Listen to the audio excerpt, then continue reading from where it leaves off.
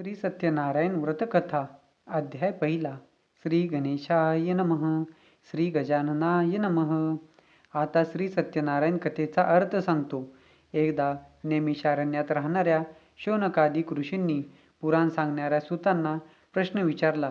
ऋषी विचारतात, हे मुनिश्रेष्ठा, मनातील सर्व फले कोणत्या व्रताने अथवा तपश्चर्येने मिळतात ते ऐकण्याची इच्छा आहे, कृपा करून सांगा.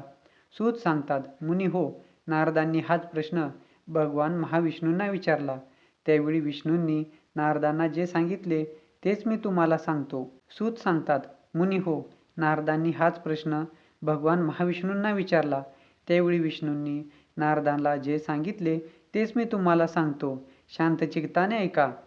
एकदा महायोगी नारद मुनी जनतेवर दया करावी अशा बुद्धीने अनेक लोकात फिरत असता मनुष्य लोकात आले आणि मनुष्य लोकात पूर्वकर्माप्रमाणे अनेक योनीमध्ये जन्म घेऊन अनंत प्रकारची दुःखे सर्व लोक भोगीत आहेत असे पाहून कोणत्या साधनाने त्यांची दुःखे नक्की नाहीशी होतील हा विचार करून नारद मुनी वैकुंठात गेले.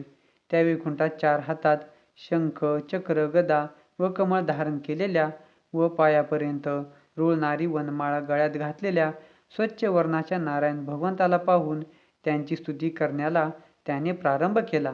ज्याचे रूप, वाणी व मन यांना न कळणारे आहे व जो अनंत शक्तिमान आहे, तो उत्पत्ती, मध्य व नाश यांनी रहित आहे, मूळचा निर्गुण आहे व जगाच्या आरंभकाळी तो 3 गुणांचा स्वीकार करतो, जो सर्वांचे मूळ कारण असून भक्तांची दुःखे नाहीशी करतो, त्या नारायणाला माझा नमस्कार असो. नारद मुनींनी केलेली स्तुती ऐकून भगवान विष्णू नारदाजवळ बोलले. भगवान म्हणाले, मुनिवरा, आपण कोणत्या कामासाठी आलात? तुमच्या मनात काय आहे ते सर्व मला सांगा, मी त्याचे समर्पक उत्तर देईन. नारद म्हणाले, हे भगवंता, मृत्यूलोकातील सर्व लोक आपण केलेल्या पापकर्मामुळे अनेक योनींमध्ये जन्म घेऊन विविध प्रकारची दुःखे भोगीत आहेत. नारद म्हणाले, हे भगवंता, आपली कृपा जर माझ्यावर असेल तर या सर्व लोकांची दुःखे लहान अशा कोणत्या उपायांनी नाहीशी होतील ते सर्व सांगा, माझी ऐकण्याची इच्छा आहे. भगवान म्हणतात, हे नारदा, लोकांवर कृपा करण्याच्या हेतूने जो तू प्रश्न विचारलास तो फारच सुंदर आहे. म्हणून जे व्रत केल्याने जीवाची सर्व दुःखे नाहीशी होतात ते व्रत मी तुला सांगतो, तू श्रवण कर. हे वत्सा नारदा, तुझ्यावर माझे प्रेम असल्यामुळे स्वर्गलोकात किंवा मनुष्यलोकात आजपर्यंत कोणालाही माहीत नसलेले व महापुण्यकारक असे व्रत आज तुला सांगतो. या व्रताला सत्यनारायण व्रत असे म्हणतात. हे व्रत विधीपूर्वक केले असता व्रत करणारा मनुष्य या लोकी सर्व काळ सुख भोगून शेवटी आनंदरूप मोक्षपदास जातो. भगवान विष्णूंचे भाषण ऐकून नारद मुनी विष्णूंना म्हणाले, हे नारायणा, या व्रताचे फल काय, याचा विधी काय व हे व्रत पूर्वी कोणी केले होते ते सविस्तर करून मला सांगा. त्याचप्रमाणे व्रत कोणत्या काली करावे तेही सांगा. हे नारदाचे भाषण ऐकून भगवान म्हणाले, नारदा, हे व्रत दुःख, शोक यांचा नाश करणारे असून धनधान्य यांची समृद्धी करणारे आहे. तसे सौभाग्य व संतती देणारे, सर्व कार्यात विजयी करणारे हे आहे. हे व्रत भक्ती व श्रद्धा यांनी युक्त होऊन ब्राह्मण व बांधव यांसह धर्मावर निष्ठा ठेवून प्रदोषकाळी सत्यनारायणाचे पूजन करावे. केळी, दूध, शुद्ध तूप, साखर, गव्हाचा रवा यांचा केलेला प्रसाद भक्तियुक्त अंतकरणाने सत्यनारायणाला अर्पण करावा. गव्हाचा रवा न मिळेल तर तांदळाचा रवा घ्यावा. साखर न मिळेल तर गूळ घ्यावा.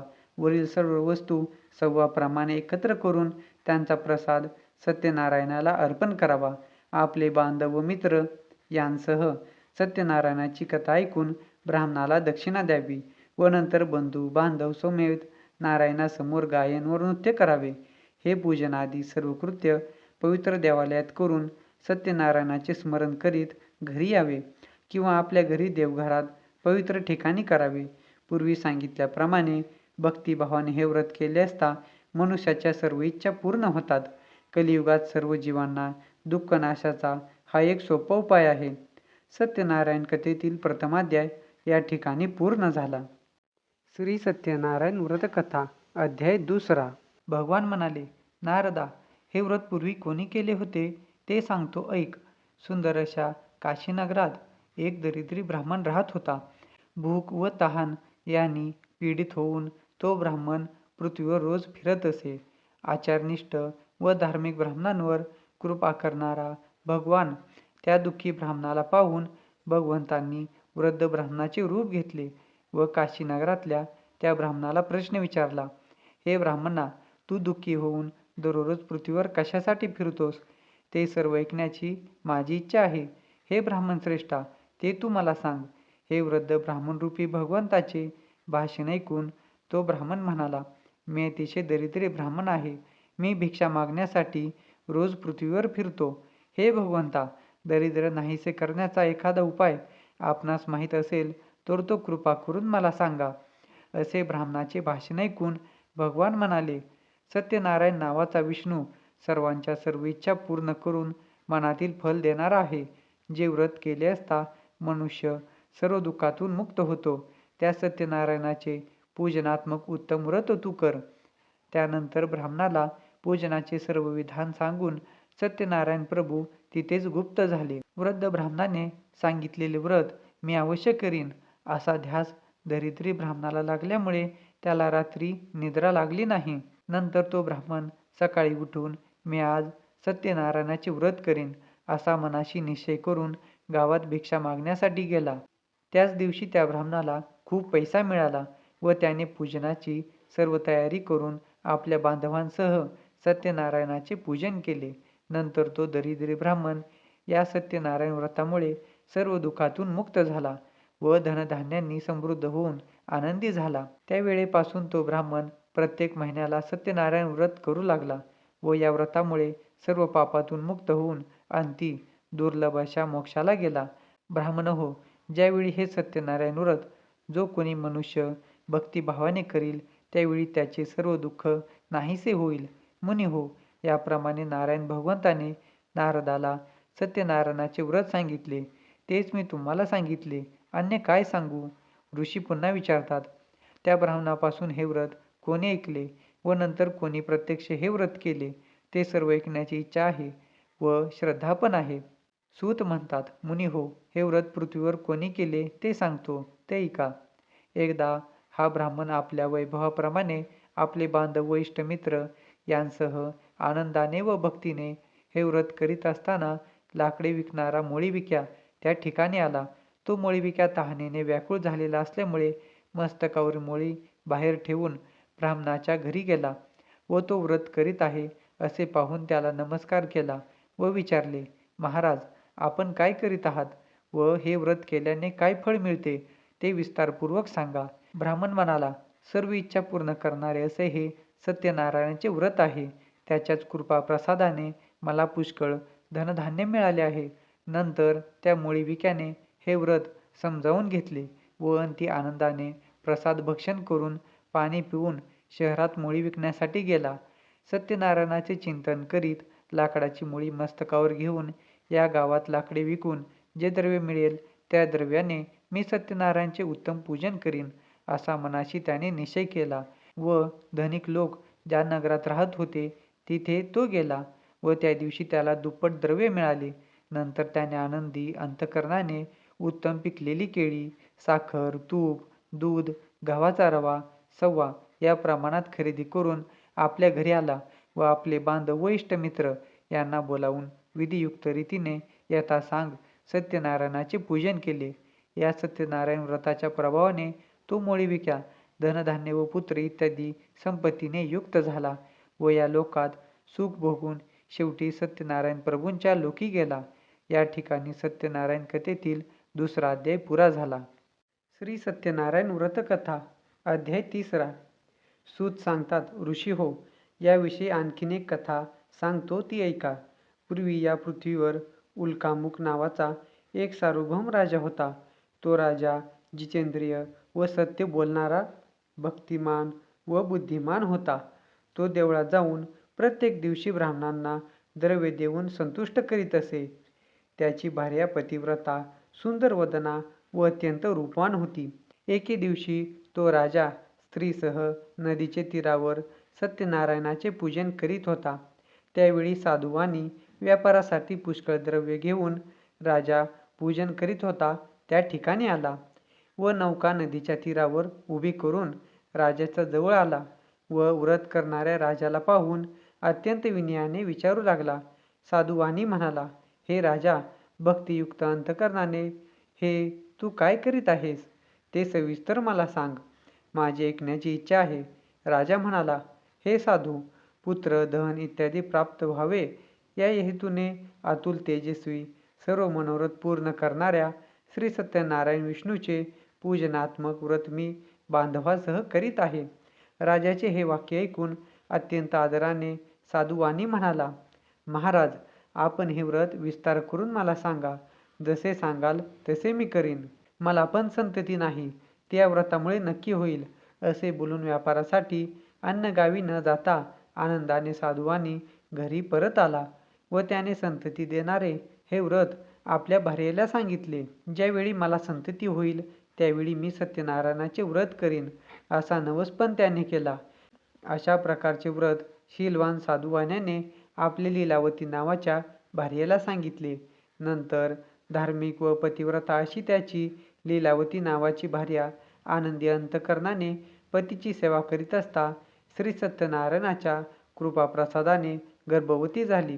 नंतर तिला 10वा महिना सुरू होताच एक कन्यारत्न प्राप्त झाले. ती कन्या शुक्ल पक्षातील चंद्राप्रमाणे प्रत्येक दिवशी वाढू लागली व म्हणूनच तिचे नाव कलावती असे ठेवले. नंतर काही दिवसांनी त्या लीलावतीने साधुवाण्याला गोड वाणीने प्रश्न विचारला, महाराज, पूर्वी नवस केलेले श्री सत्यनारायणचे व्रत आपण का करीत नाही? असा प्रश्न ऐकून साधुवाणी म्हणाले, हे प्रिये, कलावतीच्या लग्नाच्या वेळी हे श्री सत्यनारायणचे व्रत मी करीन. अशा प्रकारे भार्येचे समाधान करून व्यापारासाठी साधुवाणी दुसऱ्या गावाला निघून गेला. त्याची कन्या कलावती गुणांनी व वयाने मोठी होऊ लागली.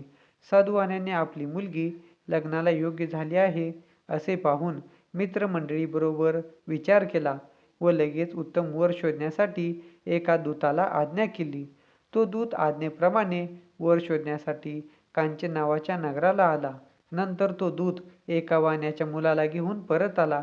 त्यावेळी सर्व गुणसंपन्न व सुंदर अशा वाण्याच्या मुलाला पाहून त्या साधुवाण्याने आपल्या ज्ञाती बांधवासोबत आनंदी अंतकरणाने त्या वैश्यपुत्राला विधियुक्त कन्यादान दिले. त्या विवाहाची वेळी दुर्दैवाने पूर्वी नवस केलेले सत्यनारायणचे व्रत करण्यास तो विसरला. त्यामुळे भगवान त्याच्यावर रागावले. नंतर तो व्यापारात चतुर असणारा साधुवानी कालाच्या प्रेरणेप्रमाणे व्यापारासाठी जावयासह निघून गेला आणि सिंधू नदीच्या जवळ असणाऱ्या रम्य अशा रत्नसारपुरामध्ये जाऊन आपल्या श्रीमान जावयासह तो साधुवानी व्यापार करू लागला. ते दोघे चंद्रकेतूच्या नगरात व्यापार करीत असता काही काळ उत्तम गेला. इतक्यातच सत्यनारायण प्रभूंनी हा वाणी आपल्या सत्यनारायण पूजनाच्या प्रतिज्ञेपासून भ्रष्ट झाला आहे, म्हणून याला भयंकर दुःख प्राप्त हो असा शाप दिला. शाप दिल्यानंतर थोड्याच दिवसात चंद्रकेतूच्या राजवाड्यात चोरी झाली व तो चोर चोरलेले द्रव्य घेऊन साधुवानी ज्या ठिकाणी राहत होता त्या ठिकाणी आला. आपल्या मागून राजदूत येत आहेत असे पाहून तो चोर घाबरला व चोरलेले द्रव्य साधुवाण्याच्या दाराजवळ टाकून तो चोर पळून गेला. इतक्यात ते राजदूत सज्जन साधुवानी ज्या ठिकाणी राहत होता त्या ठिकाणी आले व त्यांनी चोरीस गेलेले राजद्रव्य त्या ठिकाणी पाहिले व हेच ते चोर आहेत असे समजून त्या दोघांस बांधले व आनंदाने धावत धावत त्या दोघांना आपणासमोर आणले आहेत. आज्ञा करावी. राजाने विशेष विचार न करताच त्यांना बंदीशाळेत टाकण्याची आज्ञा केली व लगेच राजदूतांनी त्या दोघांना बेड्या घालून किल्ल्यातील कारागृहात टाकले. त्यावेळी आम्ही चोर नाही असे ते म्हणत होते, परंतु सत्यदेवाच्या मायेमुळे त्यांचे बोलणे कोणी ऐकले नाही. उलट साधुवाण्याचेच सर्व द्रव्य जप्त केले. सत्यनारायणाच्या शापामुळे साधुवाण्याच्या भार्येला फार दुःख झाले व त्याच्या घरातील सर्व द्रव्य चोरीला गेले. तेव्हापासून मानसिक दुःख व रोग यांनी व्याप्त होऊन क्षुधा व तृषा यांनी दुःखी झालेली साधुवाण्याची भार्या प्रत्येक घरी भिक्षा मागण्यासाठी फिरू लागली. साधुवाण्याची मुलगी कलावती पण घरोघर भिक्षा मागू लागली. एक दिवस ती कलावती भुकेने व्याकुळ झालेली अशी एका ब्राह्मणाच्या घरी गेली व त्या ठिकाणी तिने श्री सत्यनारायणचे पूजन चाललेले पाहिले आणि तेथे बसली व नंतर कथा ऐकून श्री सत्यनारायण प्रभूंची प्रार्थना केली व प्रसाद भक्षण करून आपल्या घरी गेली. त्यावेळी फार रात्र झालेली होती. त्यामुळे आईने कलावतीस प्रेमाने असे विचारले की, हे मुली, तू इतकी रात्र होईपर्यंत कोठे होतीस? तुझ्या मनात काय विचार चालू आहे? ते ऐकून कलावती म्हणाली, हे आई, मी एका ब्राह्मणाच्या घरी सर्व इच्छा पूर्ण करणारे व्रत पाहिले.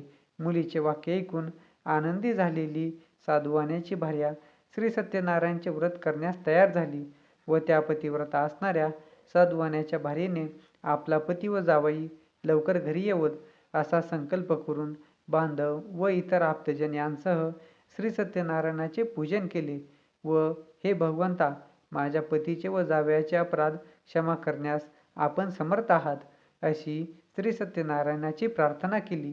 त्यावेळी भगवान सत्यनारायण व्रताने संतुष्ट झाले.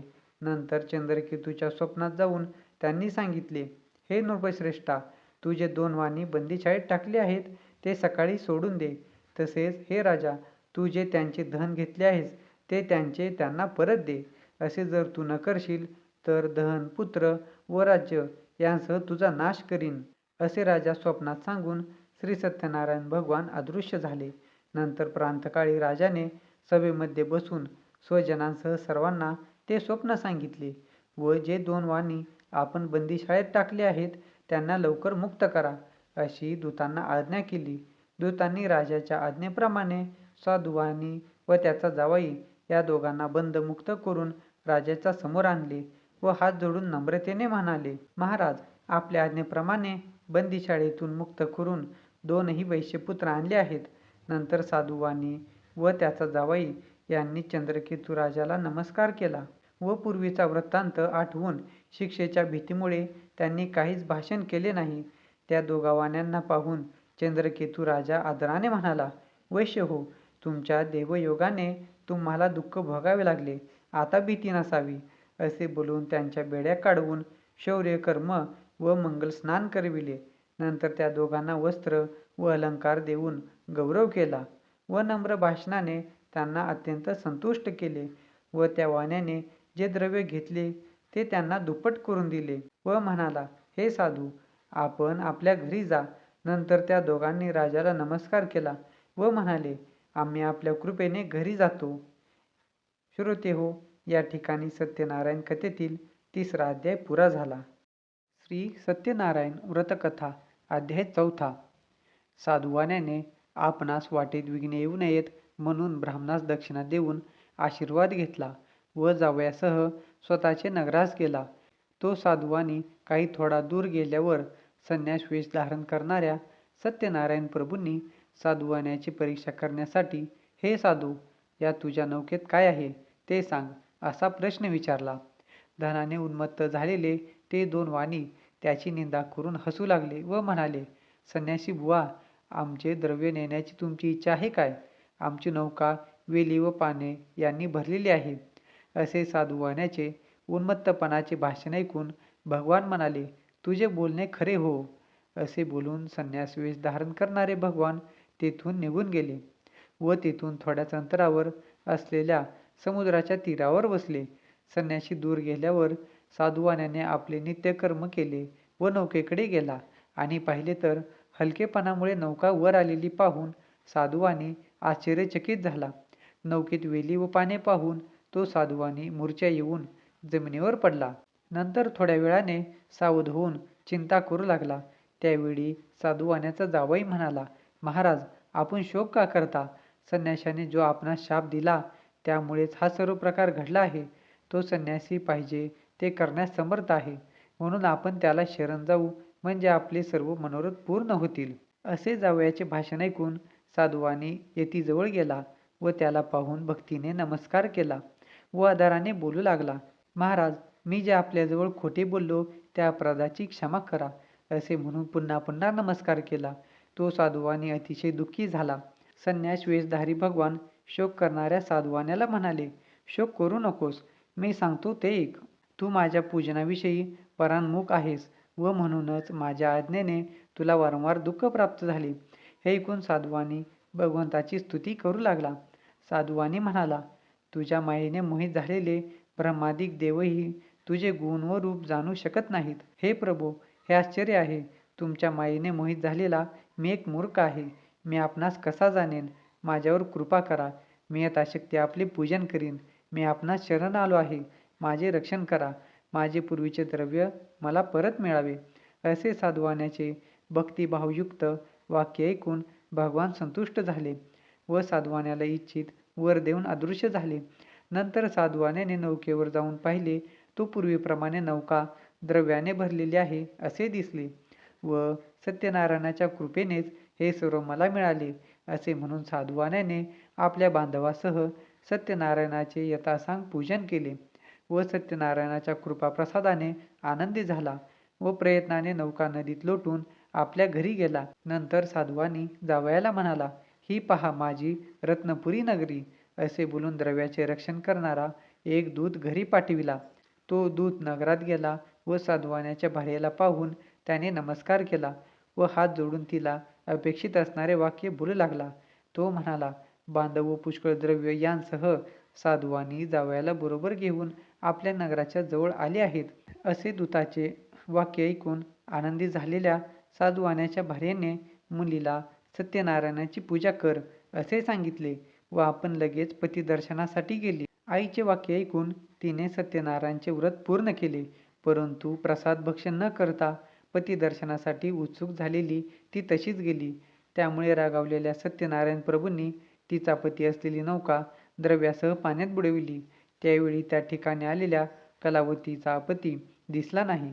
त्यामुळे अत्यंत शोकाने विव्हळ होऊन ती रडत भूमीवर पडली. बुडालेली नौका व त्यामुळे दुःखी झालेली आपली कन्या पाहून भयभीत अंतकरणाने साधुवानी नावड्यांसह हा काय चमत्कार असे म्हणून विचार करू लागला.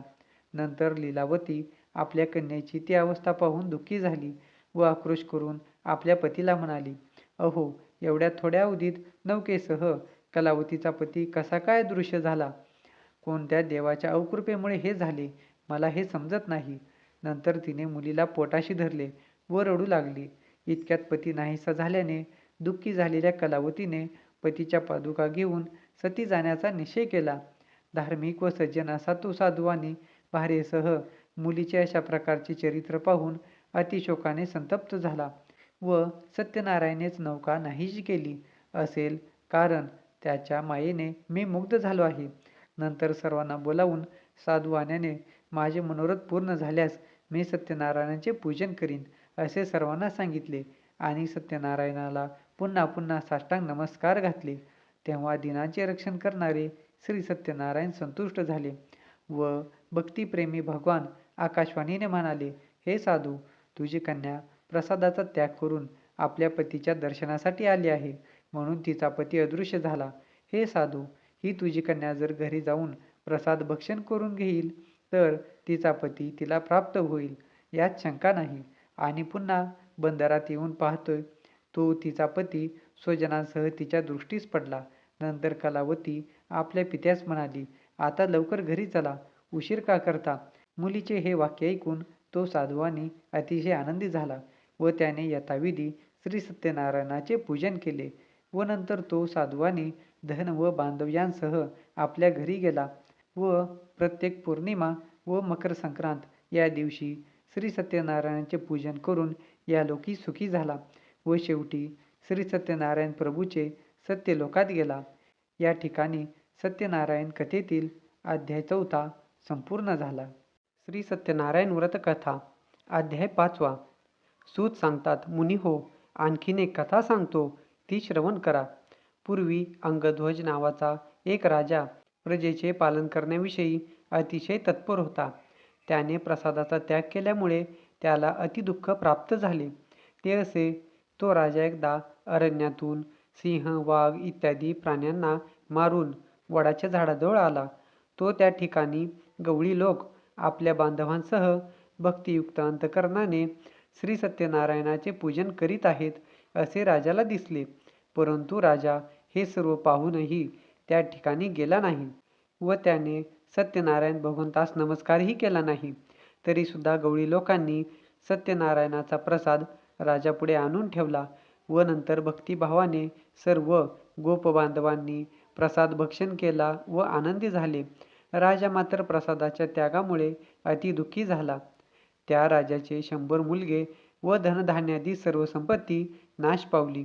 हे सर्व सत्यनारायणाच्या अवकृपेनेच झाले असेल असे राजाला वाटले व ज्या ठिकाणी गोपांनी सत्यनारायणाचे पूजन केले होते त्या ठिकाणी जाण्याचा निश्चय राजाने केला.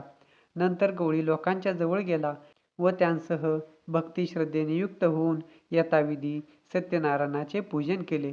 त्यामुळे हा अंगध्वज राजा धन, पुत्र इत्यादी ऐश्वर्याने संपन्न झाला व या लोकात सुखी होऊन शेवटी वैकुंठ लोकात गेला. हा सर्व लाभ श्री सत्यनारायणाच्या पूजनामुळे झाला. म्हणून सर्वांनी सत्यनारायणाचे पूजन अवश्य करावे.